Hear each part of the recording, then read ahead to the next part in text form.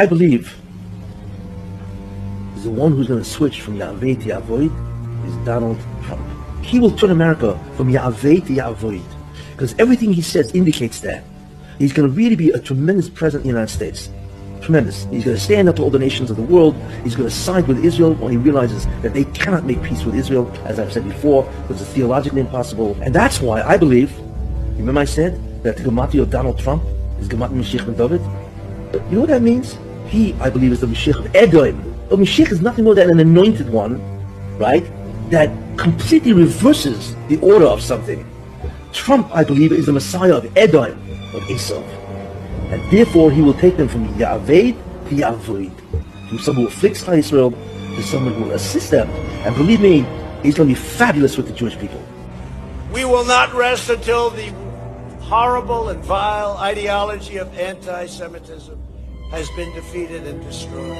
For this reason, I recently signed an executive order to restrict federal funding to any college or university that spreads, supports, or promotes anti-Semitic prejudice in any form.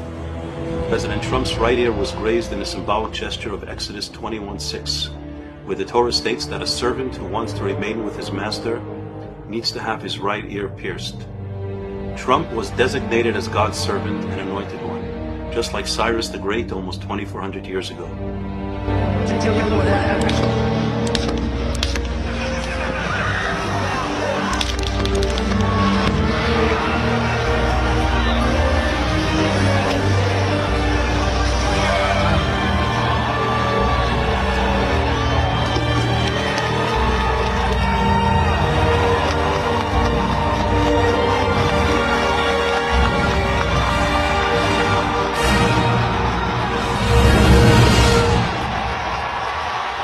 I want to promise you one thing. If Trump was the president right now, we would be able to win 10 times faster and 10 times better against our Nazi enemies. He would give us any weapon we want, unconditional. He wouldn't care what the world is barking about. He would shut down these European liberals and tell them just be quiet. I run the show here. Well, you know, the biggest change I've seen in Congress is Israel literally owned Congress. You understand that 10 years ago, 15 years ago. And it was so powerful. It was so powerful. And today it's almost the opposite. They had such power, Israel had such power, and rightfully, over Congress, and now it doesn't. It's incredible, actually. And you don't have to say, well, I don't know, what's he at, where's he at, I don't like the way he talks. I understand all that. But the thing is that we're talking about God's purposes. That's what we're talking about. God uses whom he'll use.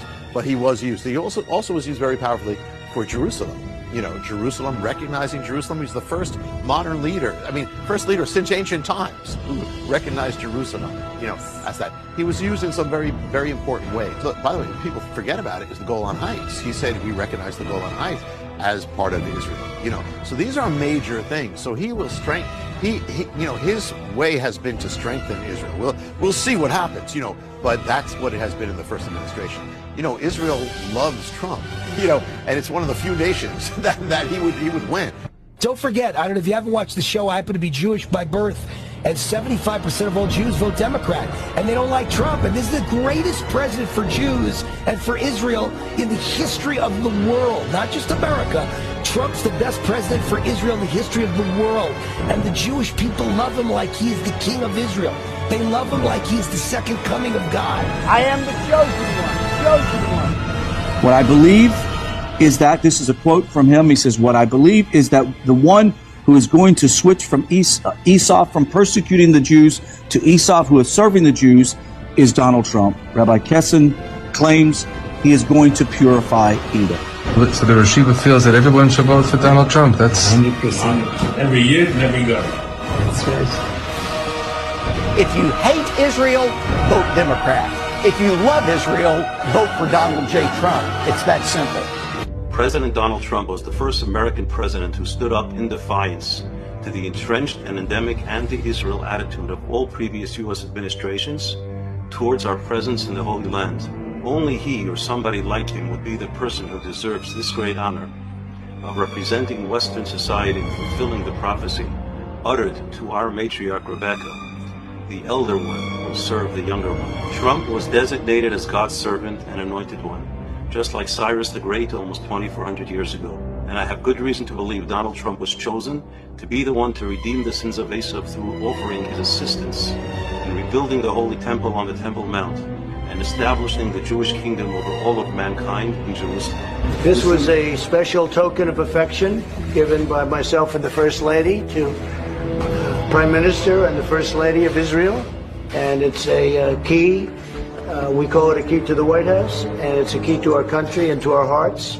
Thank you, Mr. President. And I have said, and this is true, that you have the key to the hearts of the people of Israel because of all the great things you've done for the Jewish state and the Jewish people. So thank you.